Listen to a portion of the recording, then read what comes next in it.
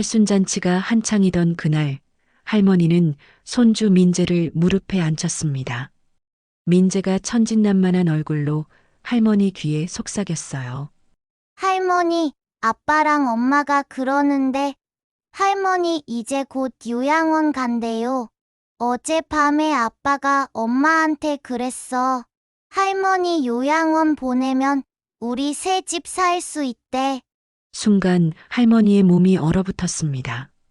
가슴이 철렁 내려앉고 온몸이 얼음처럼 차가워지는 걸 느꼈어요. 주변에서는 여전히 사람들의 웃음소리가 들렸지만 할머니의 귓가에는 민재의 말만 맴돌았습니다. 평생을 함께한 자식이, 손주까지 낳아준 아들이 자신을 요양원에 보내려 한다니. 할머니는 떨리는 손으로 가슴을 짚었습니다. 눈물이 주르르 흘러내렸지만 아무도 알아채지 못했어요. 안녕하세요. 오늘 사연 시작하기 전에 무료 버튼인 구독과 좋아요 꼭 눌러주세요. 경상도의 한 소도시, 가을이 깊어가는 어느 날이었습니다. 79세의 김말순 할머니는 작은 전원주택 마당에서 코스모스를 바라보고 계셨어요. 할머니의 손은 세월의 흔적으로 가득했지만 그 손길로 읽어낸 것들은 참으로 많았습니다. 젊은 시절부터 남편과 함께 시작한 작은 철공소는 어느덧 제법 규모 있는 공장으로 자리 잡았고 그 덕분에 3남매를 모두 대학까지 보낼 수 있었죠. 남편이 세상을 떠난 지도 벌써 10년이 훌쩍 넘었습니다. 그 이후로 말순 할머니는 혼자서 공장을 지켜왔어요. 새벽같이 일어나 공장으로 가서 직원들과 함께 일했고 밤늦게까지 장부를 정리하며 하루하루를 보냈습니다. 허리도 아프고 다리도 저렸지만 그래도 일하는 게 좋았어요. 일을 하고 있으면 남편 생각도 덜 나고 무엇보다 자식들에게 짐이 되지 않는다는 안도감이 있었거든요. 하지만 3년 전부터는 장남인 진수에게 공장 운영을 맡겼습니다. 자식들이 이제 그만 쉬셔야죠라고 말할 때마다 할머니는 괜찮다고 했지만 사실 몸이 예전 같지 않다는 걸 누구보다 본인이 잘 알고 계셨어요. 무릎도 아프고 가끔은 숨도 차올랐습니다. 그래서 결국 진수에게 경영을 맡기고 할머니는 이 작은 집으로 옮겨와 조용히 지내기로 했죠. 집은 공장에서 차로 10분 거리에 있었습니다.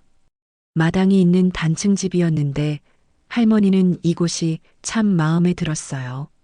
텃밭에 상추도 심고 고추도 심어서 손주들이 올 때마다 따서 주곤 했습니다. 손주들은 할머니를 무척 따랐어요. 특히 막내 손자 민재는 할머니만 보면 와락 안기곤 했죠. 그럴 때마다 할머니는 이 세상 무엇과도 바꿀 수 없는 행복을 느꼈습니다.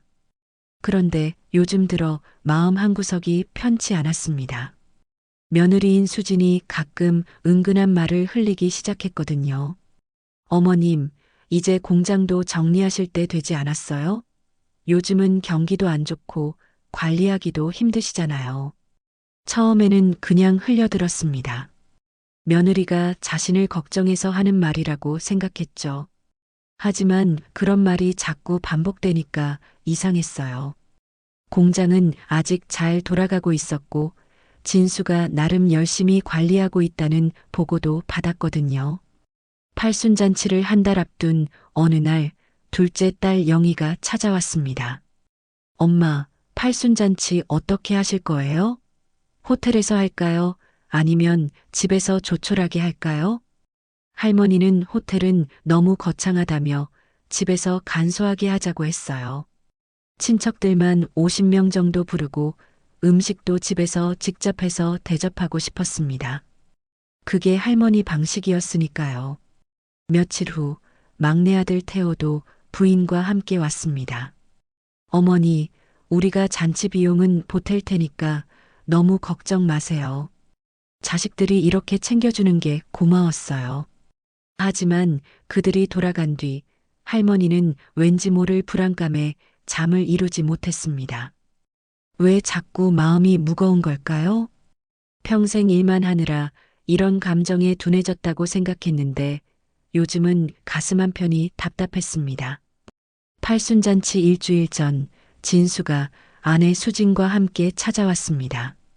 어머니, 잔치 준비는 다 됐어요. 걱정 마세요. 할머니는 고맙다며 웃었지만 수진의 눈빛이 왠지 차갑게 느껴졌어요.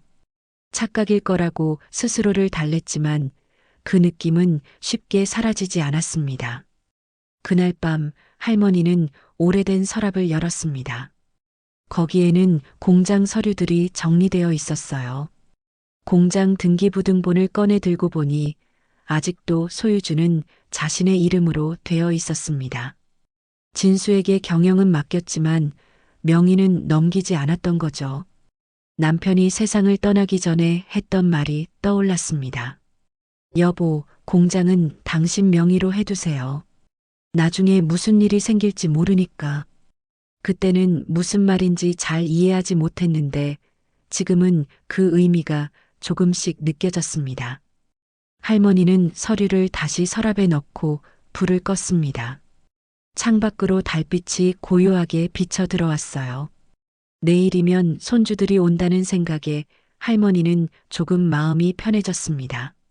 아이들의 웃음소리만 있으면 모든 게 괜찮아질 거라고 그렇게 믿고 싶었습니다. 드디어 팔순잔치 날이 밝았습니다. 아침부터 집안은 분주했어요. 친척들이 하나둘 모여들기 시작했고 마당에는 테이블과 의자가 놓였습니다. 가을 햇살이 따스하게 내려앉은 마당은 마치 축제 같았어요. 할머니는 새로 장만한 한복을 입고 방에서 나왔습니다. 보랏빛 치마 저고리가 참 잘 어울렸죠. 어머니, 오늘 정말 고우세요. 영희가 할머니의 손을 잡으며 말했습니다. 할머니는 수줍게 웃으며 고개를 저었어요. 하지만 마음 한편으로는 기쁨이 차올랐습니다. 이렇게 자식들과 손주들이 모두 모인 날이 얼마나 오랜만인지 모르겠더군요. 오전 11시쯤 손주들이 우르르 몰려왔습니다. 진수의 아들 준호와 딸 지은, 그리고 막내 손자 민재까지. 아이들은 할머니를 보자마자 달려와 안겼어요. 할머니, 생신 축하드려요. 아이들의 목소리가 마당 가득 울려 퍼졌습니다.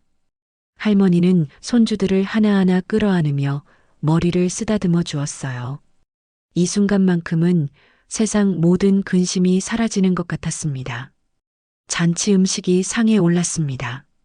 삼색나물, 잡채, 갈비찜, 전유어까지 할머니가 좋아하는 음식들로 가득했어요. 친척들은 둘러앉아 이야기꽃을 피웠고 아이들은 마당을 뛰어다니며 놀았습니다.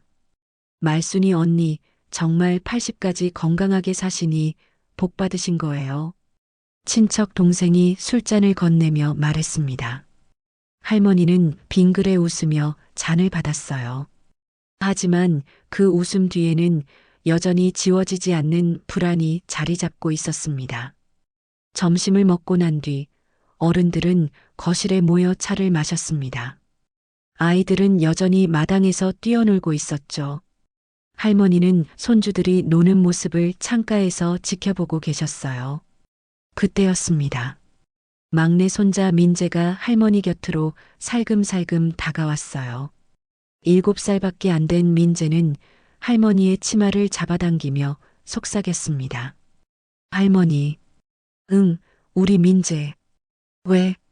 할머니는 민재를 무릎에 앉히며 물었습니다. 민재는 잠시 주변을 두리번거리더니 할머니 귀에 대고 작은 목소리로 말했어요. 할머니, 아빠랑 엄마가 그러는데 할머니 이제 곧 요양원 간대요. 순간 할머니의 몸이 굳어버렸습니다. 마치 찬물을 뒤집어 쓴 것처럼 온몸이 얼어붙었어요. 민재는 천진난만한 얼굴로 할머니를 올려다보고 있었습니다.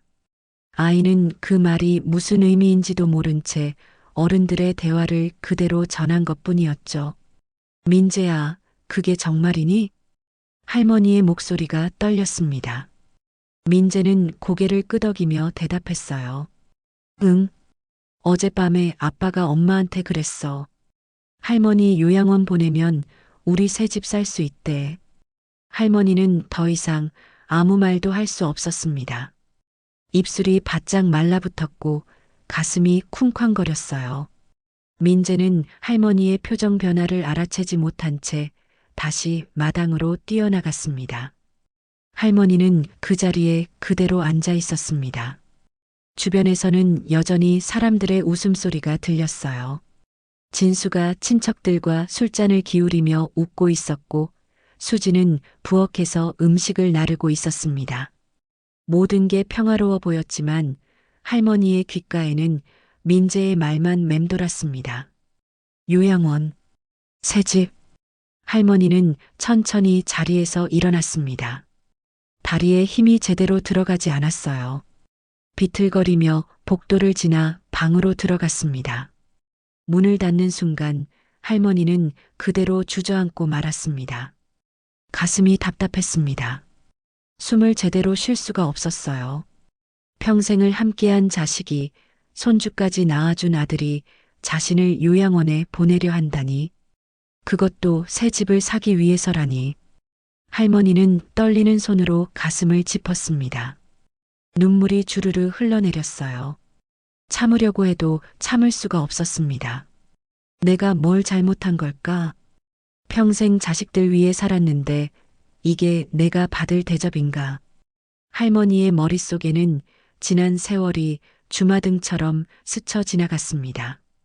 새벽같이 일어나 밥을 짓고 공장에 나가 일하고 밤늦게까지 아이들 공부를 봐주던 날들. 아프고 힘들어도 병원 한번 제대로 못 가고 일만 했던 시간들. 그 모든 게 결국 이 순간을 위한 것이었단 말인가요? 밖에서는 여전히 잔치가 한창이었습니다. 누군가 노래를 부르기 시작했고 박수 소리가 들려왔어요. 할머니는 창문 너머로 마당을 바라보았습니다. 진수가 손주들을 안고 웃고 있었습니다. 수진도 옆에서 환하게 웃고 있었어요. 그 모습이 할머니에게는 낯설게만 느껴졌습니다. 저 웃음 뒤에 이런 계획이 숨어 있었구나. 할머니는 천천히 일어나 거울 앞에 섰습니다. 거울 속 자신의 얼굴이 너무나 늙어 보였어요. 주름진 얼굴, 허리 굽은 모습, 이제 자식들에게 짐이 된 것일까요? 하지만 할머니는 고개를 저었습니다. 아직 정신은 멀쩡했고 몸도 움직일 수 있었어요. 요양원에 갈 만큼 아프지도 않았습니다. 할머니는 눈물을 닦고 다시 한복깃을 여몄습니다. 그리고 방문을 열고 밖으로 나왔어요. 잔치는 아직 끝나지 않았고 할머니는 다시 손님들 사이로 돌아가야 했습니다. 하지만 이제 할머니의 마음속에는 의심의 씨앗이 단단히 뿌리내리고 말았습니다. 잔치가 끝나고 친척들이 하나둘 돌아갔습니다. 저녁 무렵이 되자 집안은 다시 고요해졌어요.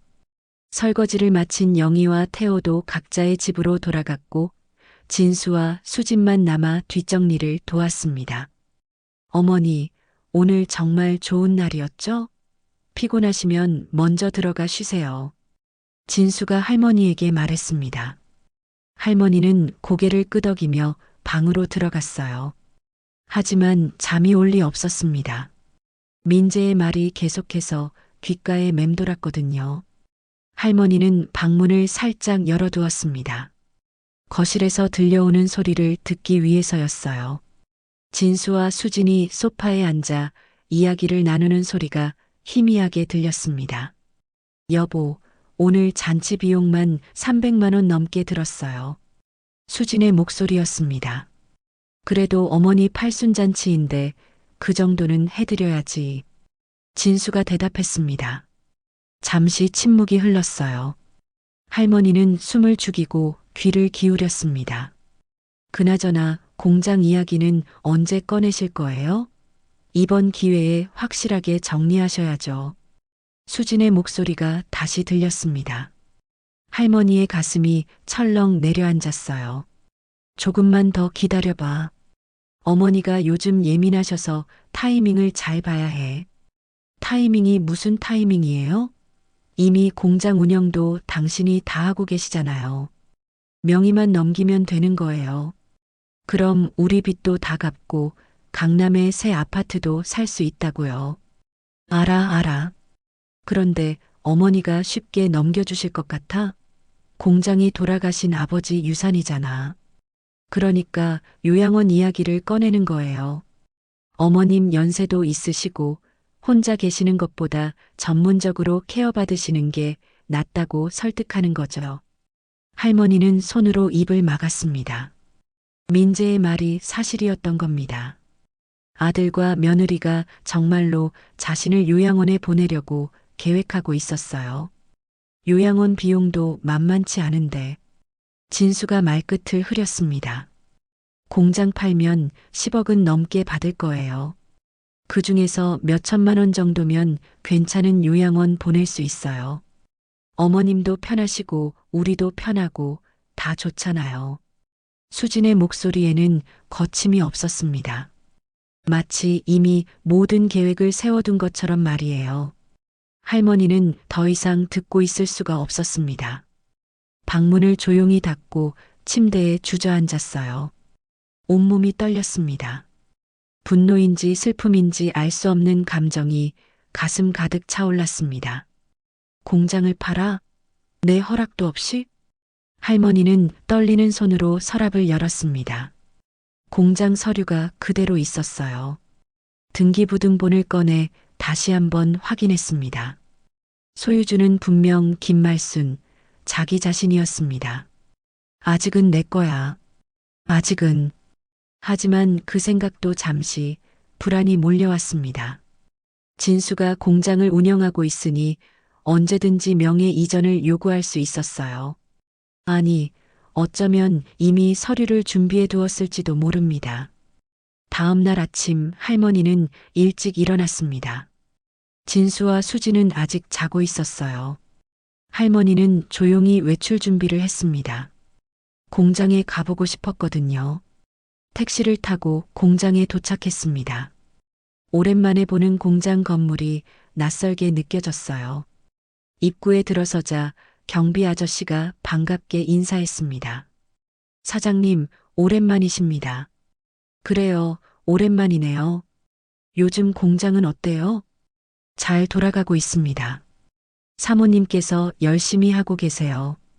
경비 아저씨의 말에 할머니는 씁쓸하게 웃었습니다. 사모님이라니 수진을 말하는 거였어요. 언제부턴가 수진이 공장 일에 깊숙이 관여하고 있다는 걸 할머니도 알고 있었습니다. 공장 사무실로 올라갔습니다. 문을 열자 낯익은 직원 몇 명이 일하고 있었어요. 사장님, 직원들이 놀라며 일어났습니다. 할머니는 손을 흔들며 앉으라고 했어요. 다들 잘 지내고 있었어요? 예, 덕분에 잘 지내고 있습니다. 하지만 직원들의 표정이 어딘가 어색했습니다. 할머니는 그 분위기를 느낄 수 있었어요. 혹시 요즘 공장에 무슨 일 있어요? 할머니가 조심스럽게 물었습니다. 직원들은 서로 눈치를 보며 입을 다물었어요. 그때 격리과장인 박 과장이 할머니께 다가왔습니다. 사장님, 잠깐 말씀드릴 게 있습니다. 박 과장은 할머니를 별실로 안내했습니다. 문을 닫자 박 과장이 조심스럽게 입을 열었어요. 사장님, 제가 이런 말씀을 드려도 될지 모르겠는데요. 요즘 사모님께서 공장 매각 관련해서 부동산 중개인을 여러 번 만나셨습니다. 할머니의 얼굴이 굳어졌습니다. 그게 확실한 거예요? 예, 제가 직접 봤습니다. 지난주에도 중개인이 공장을 둘러보고 갔어요. 사모님께서 직원들한테는 비밀로 하라고 하셨는데 사장님께는 말씀드려야 할 것 같아서요. 할머니는 한동안 말을 잇지 못했습니다. 예상은 했지만 이렇게 구체적으로 진행되고 있을 줄은 몰랐어요. 고마워요, 박 과장. 알려줘서. 할머니는 무거운 발걸음으로 공장을 나왔습니다. 가슴이 답답해서 숨을 제대로 쉴 수가 없었어요. 공장 앞 벤치에 앉아 한참을 멍하니 있었습니다. 평생을 바쳐 일군 공장이었습니다. 남편과 함께 밤낮 없이 일하며 키운 곳이었어요. 그런데 이제 자식들 손에 넘어가 팔려버릴 처지가 된 겁니다. 할머니는 주먹을 꽉 쥐었습니다. 손톱이 손바닥에 박혔지만 아프지 않았어요. 분노가 슬픔을 삼켜버렸습니다. 절대 그냥 당하지 않을 거야. 할머니는 천천히 일어났습니다. 그리고 가방에서 핸드폰을 꺼내 어디론가 전화를 걸었어요. 변호사 사무실이었습니다. 여보세요. 저 김말순인데요. 상담 좀 받고 싶습니다. 며칠이 지났습니다. 할머니는 변호사와 상담을 마치고 집으로 돌아왔어요. 마음이 조금은 정리된 것 같았지만 여전히 무거웠습니다. 변호사는 공장 명의가 할머니 앞으로 되어 있으니 걱정하지 말라고 했어요. 하지만 할머니는 알고 있었습니다. 법적인 문제가 아니라 마음의 문제라는 걸 말이에요. 집에 도착하자 진수가 거실에 앉아 있었습니다. 할머니를 보더니 어색하게 웃으며 말했어요. 어머니, 어디 다녀오셨어요? 응, 그냥 바람 좀 쏘고 왔지. 할머니는 짐짓 아무렇지 않은 척 했습니다. 진수의 눈빛을 피하고 싶었거든요. 방으로 들어가려는데 진수가 할머니를 불러 세웠습니다. 어머니, 잠깐만요. 드릴 말씀이 있어서요. 할머니의 가슴이 두근거렸습니다. 올 것이 왔구나 싶었어요. 할머니는 천천히 소파에 앉았습니다. 무슨 일이니? 어머니, 요즘 많이 힘드시죠? 혼자 계시면서 외로우시기도 하고. 진수는 조심스럽게 말문을 열었습니다. 할머니는 아무 대꾸도 하지 않았어요. 진수가 계속 말을 이어갔습니다. 제가 알아봤는데 요즘 요양원 시설이 정말 좋아졌더라고요. 병원도 붙어 있고 전문 간호사들도 있고 어머니 같은 분들끼리 모여서 지내시면 외롭지도 않으시고요. 요양원? 할머니가 되물었습니다. 목소리가 떨렸지만 애써 감정을 숨겼어요.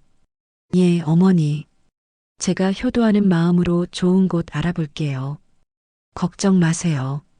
진수는 마치 큰 선물이라도 주는 듯한 표정이었습니다. 하지만 할머니에게는 그 말이 칼처럼 가슴에 꽂혔어요. 난 아직 멀쩡한데 왜 요양원을 가야 하니? 할머니의 목소리가 조금 높아졌습니다. 진수는 당황한 듯 손을 내저었어요. 아니, 그게 아니라요. 어머니가 아프셔서가 아니라 더 편하게 지내시라는 거예요. 저희도 자주 찾아뵐 수 있고요. 편하게? 내 입으로는 그렇게 말하지만 사실은 날 떼어내고 싶은 거 아니냐? 할머니가 쏘아붙였습니다. 진수의 얼굴이 굳어졌어요. 어머니, 왜 그러세요? 제가 언제 그런 적 있습니까? 없어. 넌 없을지 몰라도 내 마누라는 어떤데? 할머니는 더 이상 참을 수가 없었습니다. 그동안 쌓였던 감정이 한꺼번에 터져 나왔어요. 그때 수진이 부엌에서 나왔습니다. 둘의 대화를 듣고 있었던 모양이에요. 어머님, 무슨 말씀을 그렇게 하세요? 수진의 목소리는 차가웠습니다. 할머니는 수진을 똑바로 쳐다보았어요. 내가 귀머거리인 줄 아니? 너희가 하는 말 다 들었다. 공장 팔아서 새 집 산다며? 나는 요양원 보낸다며? 수진의 얼굴이 창백해졌습니다. 진수도 입을 다물지 못했어요. 잠시 침묵이 흘렀습니다. 어머님, 그건... 수진이 말을 시작했지만 할머니가 손을 들어 막았습니다. 됐어. 더 이상 듣고 싶지 않다. 나가라. 당장 이 집에서 나가. 할머니의 목소리가 떨렸습니다. 진수와 수진은 어쩔 줄 몰라 하며 서 있었어요. 결국 진수가 먼저 입을 열었습니다. 어머니, 진정하세요. 오해예요. 저희가 그럴 생각은 전혀 없었어요. 오해? 그럼 공장 중개인은 왜 불렀어? 박 과장이 다 봤다던데? 할머니의 말에 수진의 얼굴이 더욱 굳어졌습니다. 이제 변명의 여지가 없었어요. 어머님, 그건 그냥 시세나 알아보려고 한 거예요. 시세? 명의도 내 거고 허락도 안 받고 무슨 시세를 알아봐? 넌 도대체 누구 공장을 마음대로 처분하려고 했던 거야? 할머니의 목소리가 점점 커졌습니다. 이웃집까지 들릴 정도였어요. 진수가 황급히 할머니를 진정시키려 했습니다. 어머니, 제발 진정하세요.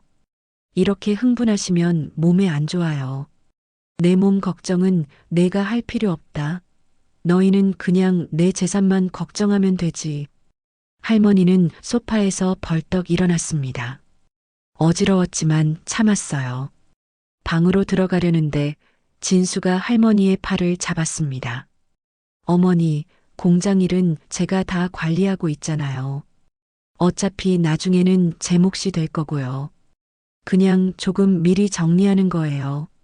내 몫? 내가 죽어야 내 몫이지. 내가 살아있는데 무슨 소리야? 할머니가 팔을 뿌리쳤습니다. 진수는 더 이상 말을 잇지 못했어요. 할머니는 방으로 들어가 문을 닫아버렸습니다. 가슴이 터질 것 같았어요. 숨을 헐떡이며 침대에 주저앉았습니다. 밖에서 진수와 수진이 작은 목소리로 다투는 소리가 들렸습니다. 당신이 조심성 없이 그러니까 이렇게 된 거잖아. 내가 뭘 어쨌다고? 당신이 먼저 요양원 이야기 꺼낸 거잖아. 둘의 목소리가 점점 멀어졌습니다. 현관문이 쾅 닫히는 소리가 들렸어요. 집안이 다시 조용해졌습니다. 할머니는 창밖을 바라보았습니다. 석양이 지고 있었어요. 노을이 참 아름다웠지만 할머니의 마음은 어둠으로 가득했습니다. 그날 밤 할머니는 잠을 이룰 수 없었습니다. 천장만 바라보며 생각에 잠겼어요. 무엇을 해야 할까? 어떻게 해야 이 상황을 헤쳐나갈 수 있을까? 새벽 4시쯤 되었을까요? 할머니는 침대에서 일어나 서랍을 열었습니다. 공장 서류를 다시 꺼내 들었어요. 그리고 결심했습니다. 더 이상 당하고만 있을 순 없어. 이제는 내가 먼저 움직여야 해. 할머니는 노트를 꺼내 무언가를 적기 시작했습니다. 떨리는 손으로 한 글자 한 글자 또박또박 써내려갔어요. 그것은 앞으로 할머니가 해야 할 일들의 목록이었습니다. 일주일이 흘렀습니다. 진수와 수지는 그날 이후로 할머니 집에 오지 않았어요. 전화도 없었습니다. 할머니는 그게 오히려 다행이라고 생각했습니다. 마음을 정리할 시간이 필요했거든요. 할머니는 매일 아침 일찍 일어나 공장으로 갔습니다. 직원들은 할머니가 다시 출근하시는 모습에 놀라워했어요.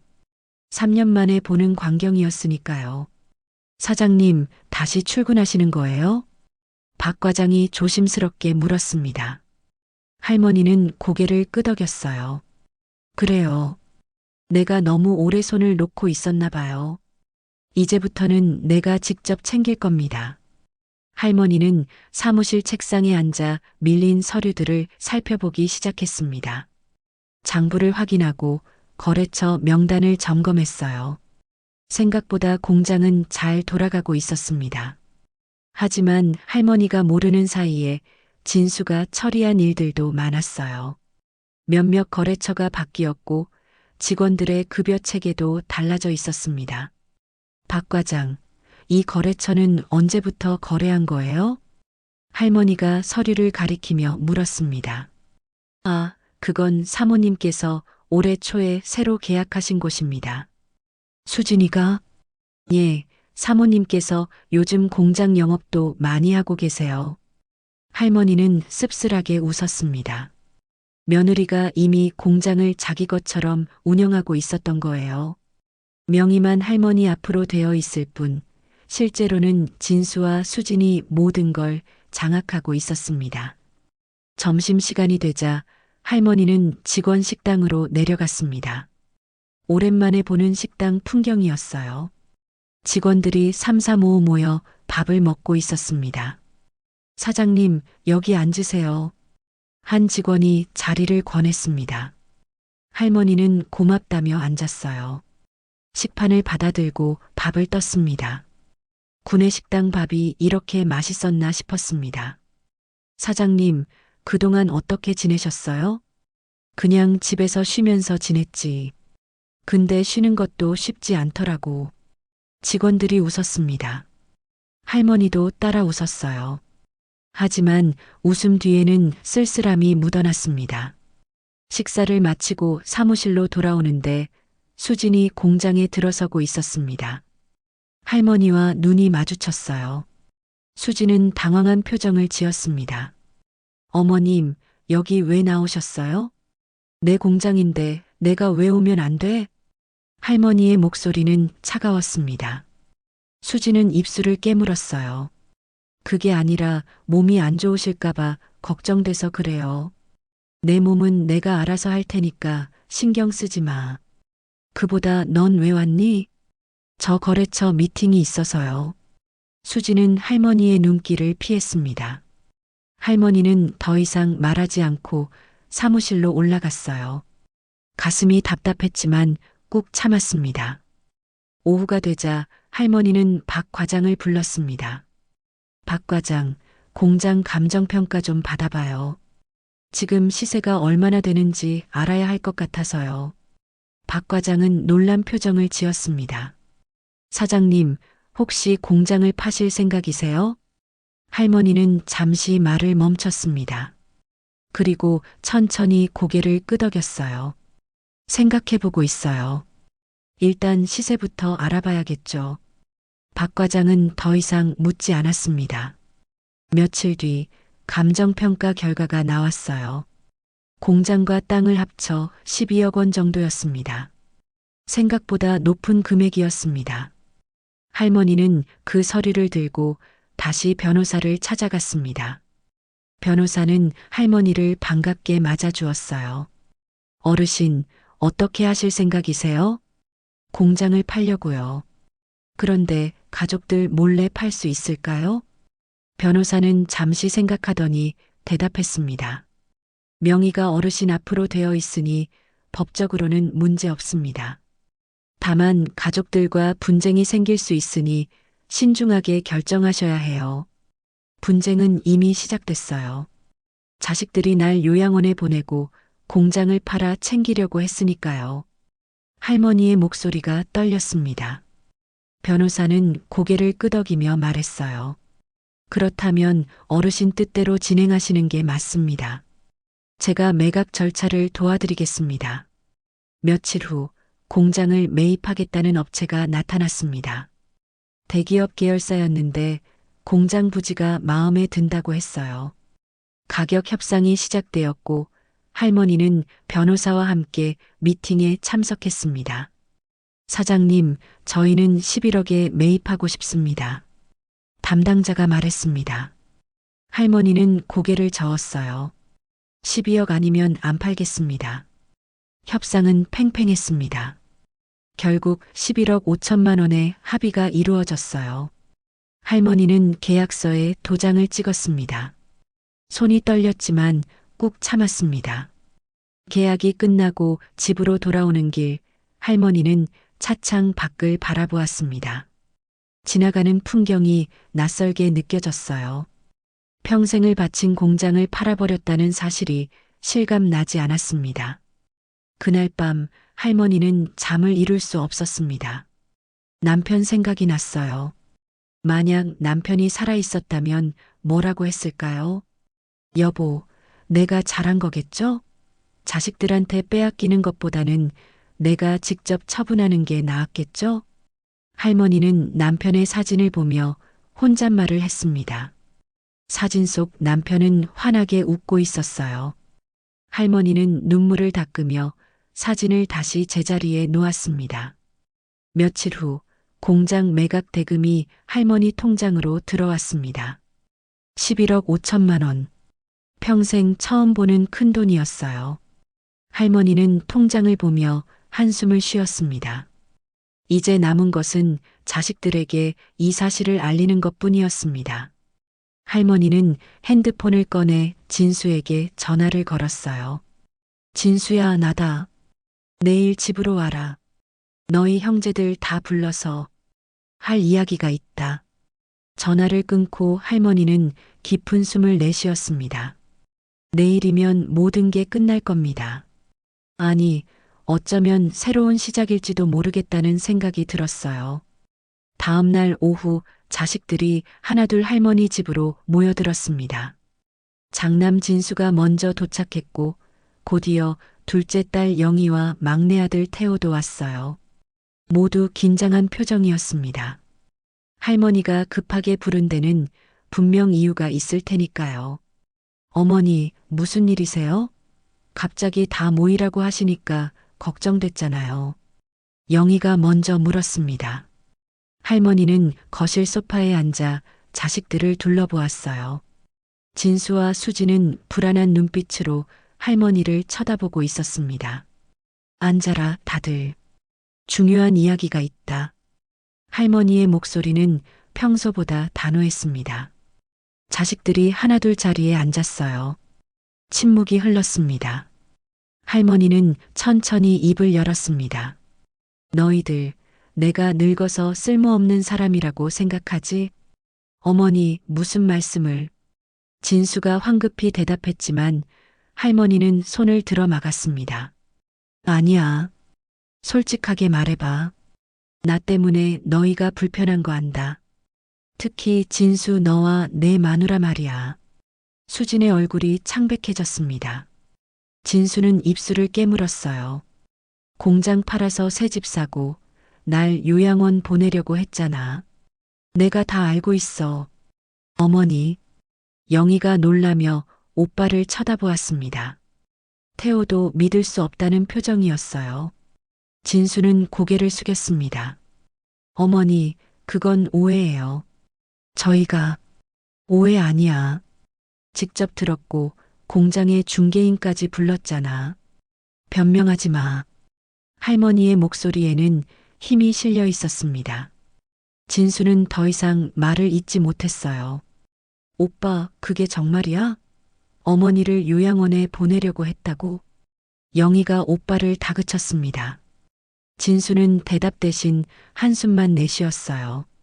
그래서 말인데 너희가 그렇게 원하던 공장 말이야. 할머니가 말을 이었습니다. 자식들의 귀가 쫑긋 세워졌어요. 특히 진수와 수진의 눈빛이 달라졌습니다.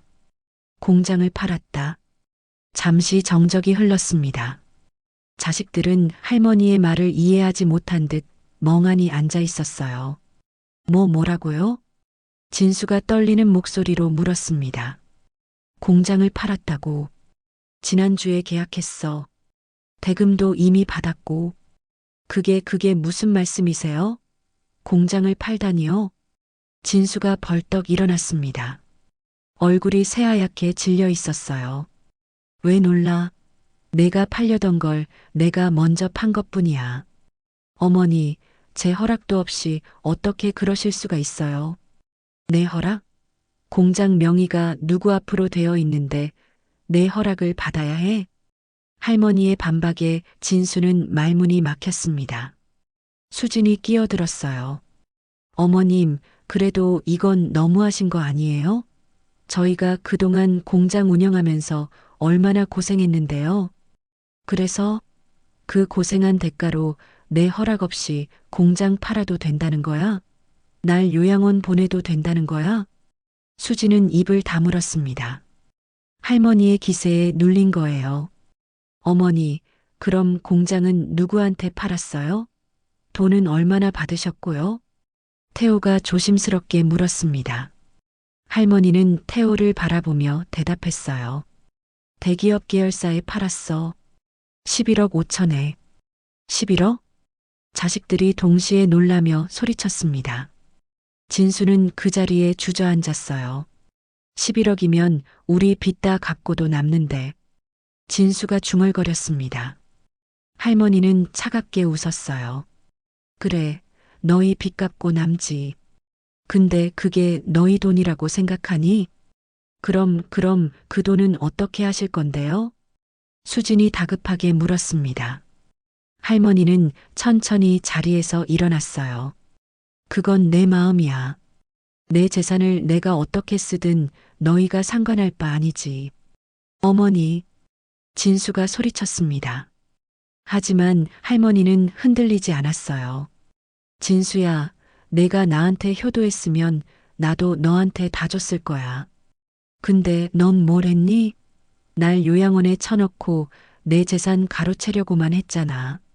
저는 그냥 어머니가 편하게 지내시길 바란 거예요. 거짓말하지 마.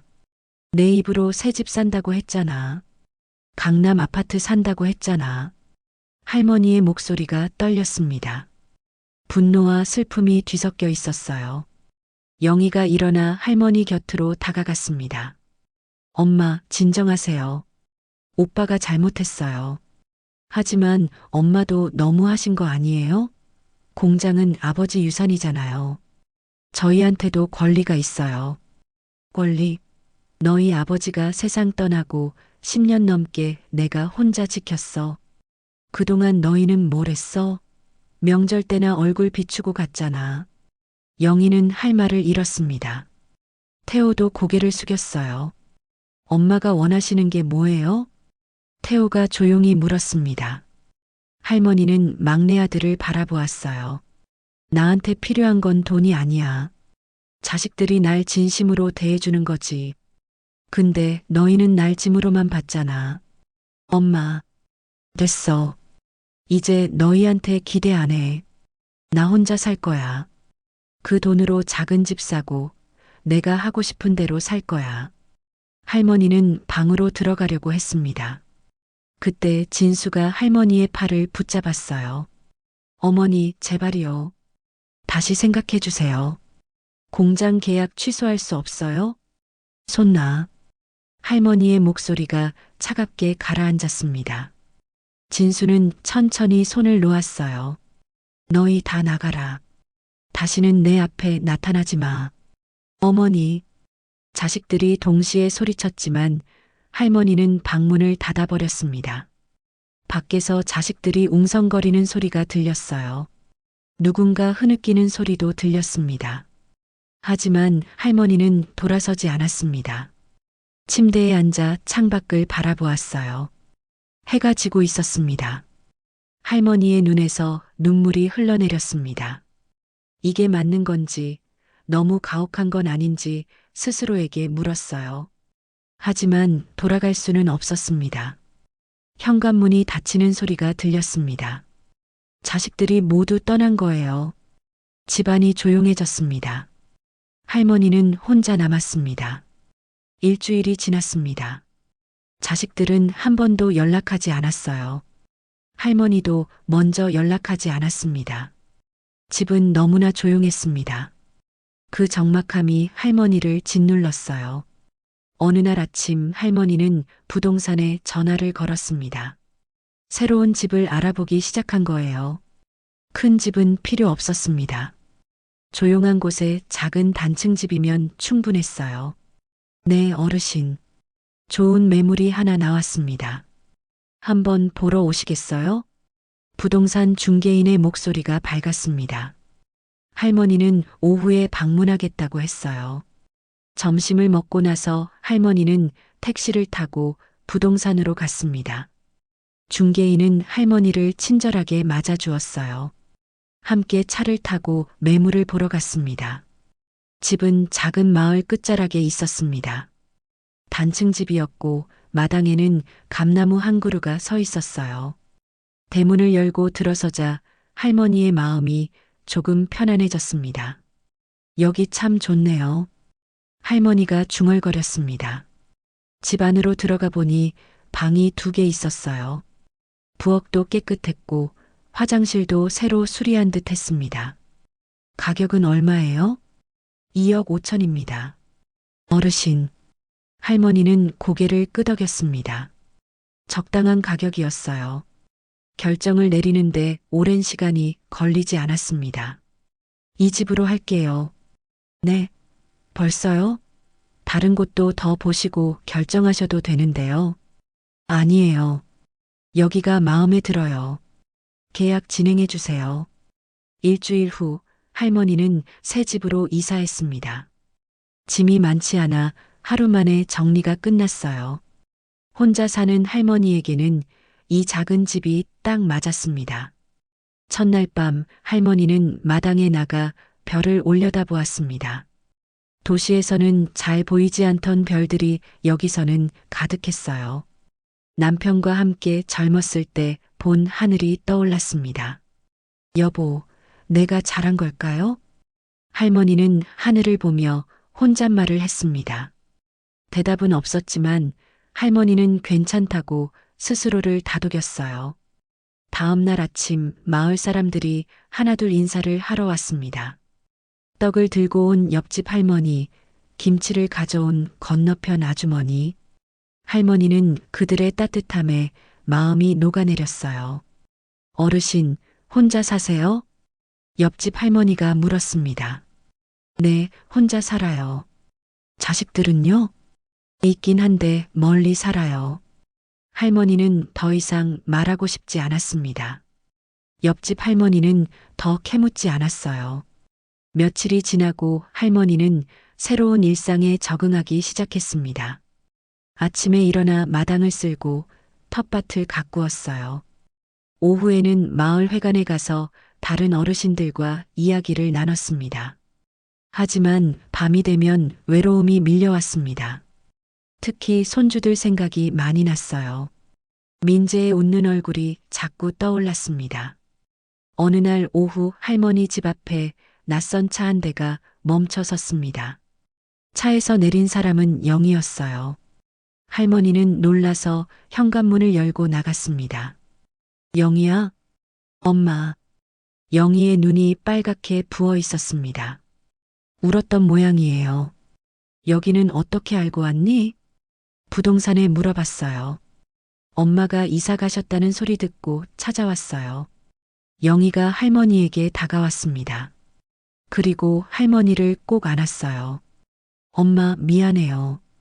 제가 오빠 편만 들고 엄마 마음은 헤아리지 못했어요. 할머니의 눈에도 눈물이 고였습니다.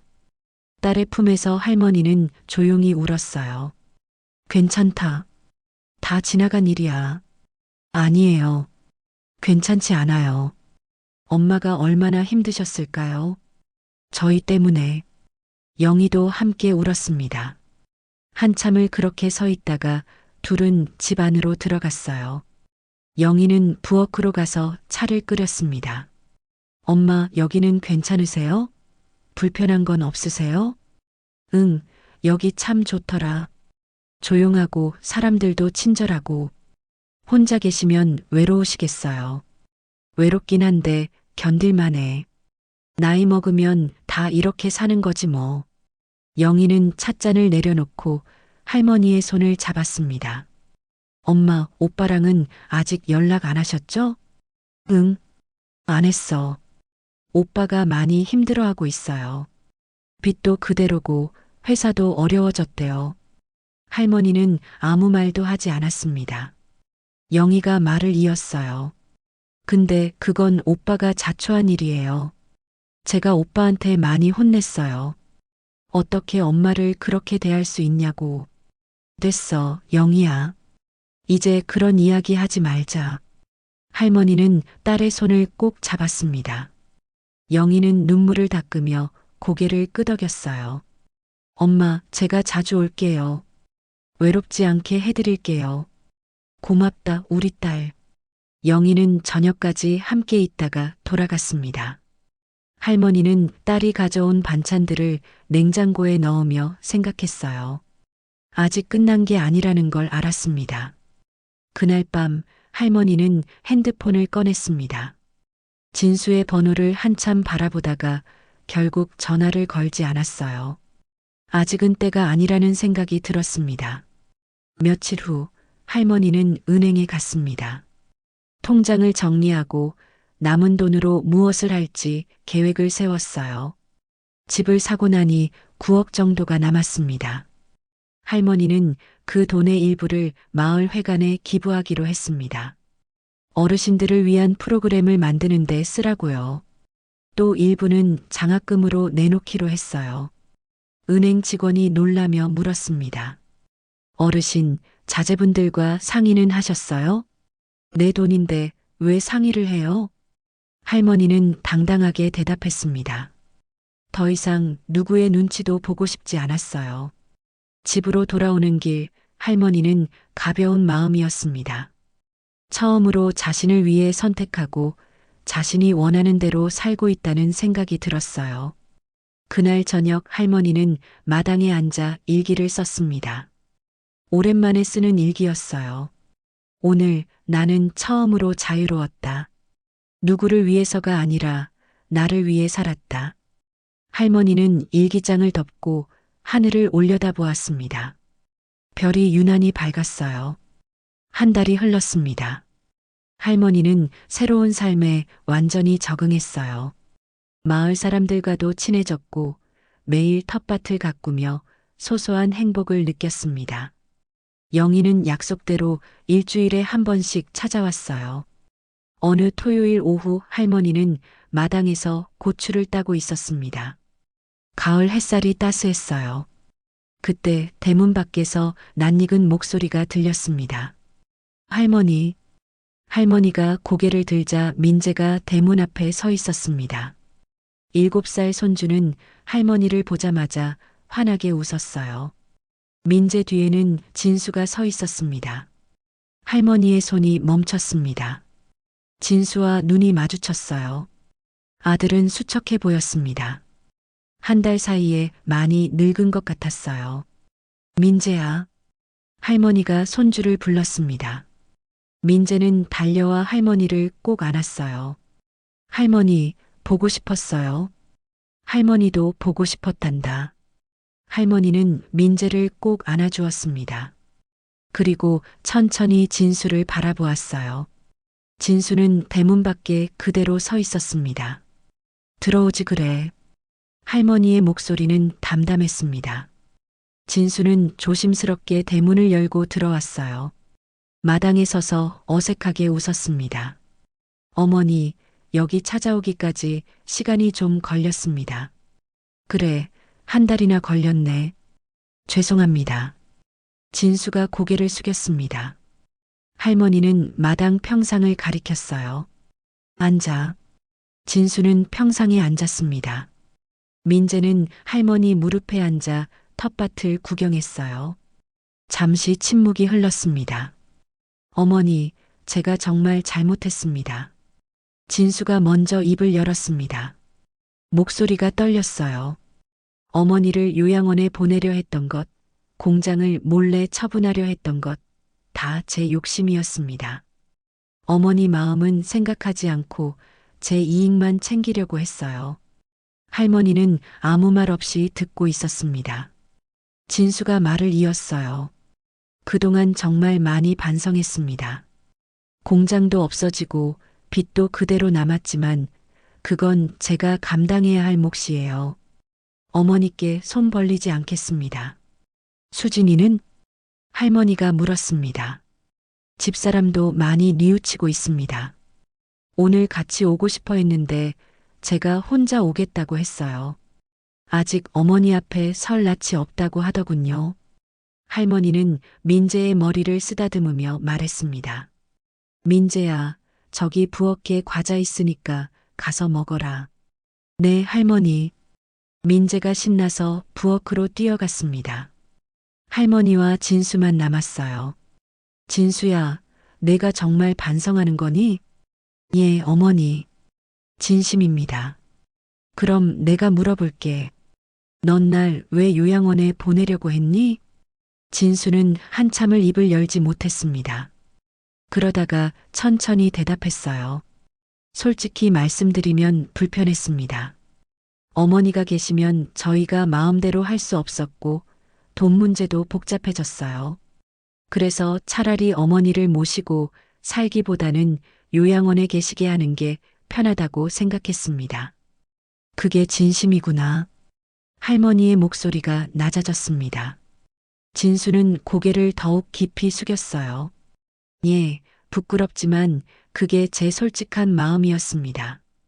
그런데 어머니가 공장을 팔아버리시고 혼자 이사 가신 걸 보고 정신이 번쩍 들었어요. 제가 얼마나 나쁜 자식이었는지 깨달았습니다. 돈 때문에 정신이 든 거 아니고 할머니의 날카로운 질문에 진수는 깜짝 놀랐습니다. 아닙니다, 어머니. 정말 아닙니다. 저도 처음에는 그랬을지 모릅니다. 하지만 지난 한 달 동안 정말 많이 생각했어요. 민재가 매일 할머니 보고 싶다고 울었거든요. 할머니는 부엌을 쳐다보았습니다. 민재가 과자를 먹으며 웃고 있었어요. 민재 때문에 온 거구나. 그것도 있지만 제가 정말 어머니가 보고 싶었습니다. 평생 저를 키워주시고 대학까지 보내주시고 공장까지 물려주시려 했던 어머니를 제가 너무 몰랐습니다. 진수의 눈에서 눈물이 흘러내렸습니다. 50이 넘은 남자가 어머니 앞에서 우는 모습이었어요. 어머니, 용서해 주세요. 제발 용서해 주세요. 할머니는 한참 동안 말없이 아들을 바라보았습니다. 가슴이 아팠어요. 화가 난 것도 사실이었지만 그래도 자식은 자식이었습니다. 진수야, 나도 너무 가혹했던 것 같구나. 할머니가 조용히 말했습니다. 진수가 고개를 들었어요. 아니에요, 어머니. 어머니는 잘못하신 게 없습니다. 아니야. 나도 너희 입장을 생각해 봤어야 했어. 공장을 그렇게 갑자기 팔아버린 건 너무했지. 미안하다. 어머니. 진수는 더 이상 참지 못하고 소리내어 울었습니다. 할머니도 눈물을 흘렸어요. 하지만 진수야, 난 이제 너희한테 기대지 않고 살 거야. 내 힘으로 살 수 있을 때까지는 말이야. 어머니, 그래도 가끔은 저희를 찾아주세요. 민재도 할머니 보고 싶어 해요. 그래, 민재는 자주 보고 싶구나. 할머니가 부엌으로 민재를 불렀습니다. 민재가 달려왔어요. 민재야, 할머니가 고맙다. 왜요, 할머니? 내가 그날 할머니한테 말해줘서 말이야. 아빠랑 엄마가 요양원 보낸다고 했다고. 민재는 고개를 갸우뚱했습니다. 아직 무슨 말인지 이해하지 못하는 눈치였어요. 그 말 덕분에 할머니가 깨어났단다. 할머니가 뭘 해야 할지 알게 됐어. 할머니는 민재를 꼭 안아주었습니다.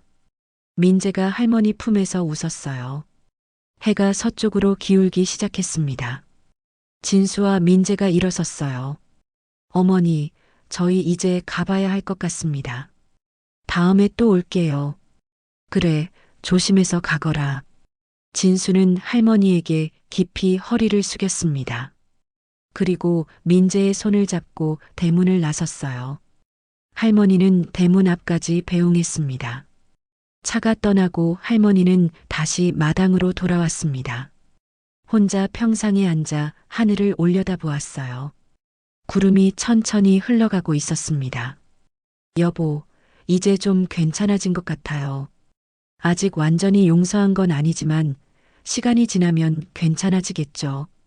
할머니는 혼잣말을 했습니다. 바람이 불어와 할머니의 흰 머리카락을 흔들었어요. 저녁이 되자 영희에게서 전화가 왔습니다. 엄마, 오빠가 다녀갔다면서요? 그래, 민재랑 왔다 갔어. 어땠어요? 많이 반성한 것 같더라. 시간이 지나면 다 나아지겠지. 엄마, 정말 다행이에요. 저도 마음이 놓여요. 할머니는 전화를 끊고 저녁 준비를 시작했습니다. 간단하게 된장찌개를 끓이고 영희가 가져다 준 김치를 꺼냈어요. 혼자 밥을 먹으며 할머니는 생각했습니다. 이제 남은 인생을 어떻게 살아갈까? 자식들에게 짐이 되지 않으면서 자신답게 살 수 있는 방법은 뭘까? 식사를 마치고 설거지를 하는데 마당에서 민재의 웃음소리가 들리는 것 같았습니다. 할머니는 미소를 지으며 창밖을 바라보았어요. 별이 하나둘 떠오르기 시작했습니다. 할머니는 마당으로 나가 벤치에 앉았어요. 평생을 바쳐 일군 것들을 모두 내려놓고 이제야 자신을 위해 살기 시작한 순간이었습니다. 이제부터가 진짜 내 인생이야. 할머니는 하늘을 올려다보며 조용히 웃었습니다. 별빛이 할머니의 얼굴을 환하게 비춰주고 있었어요. 오늘 사연 재미있으셨나요? 당신의 마음에 남는 이야기.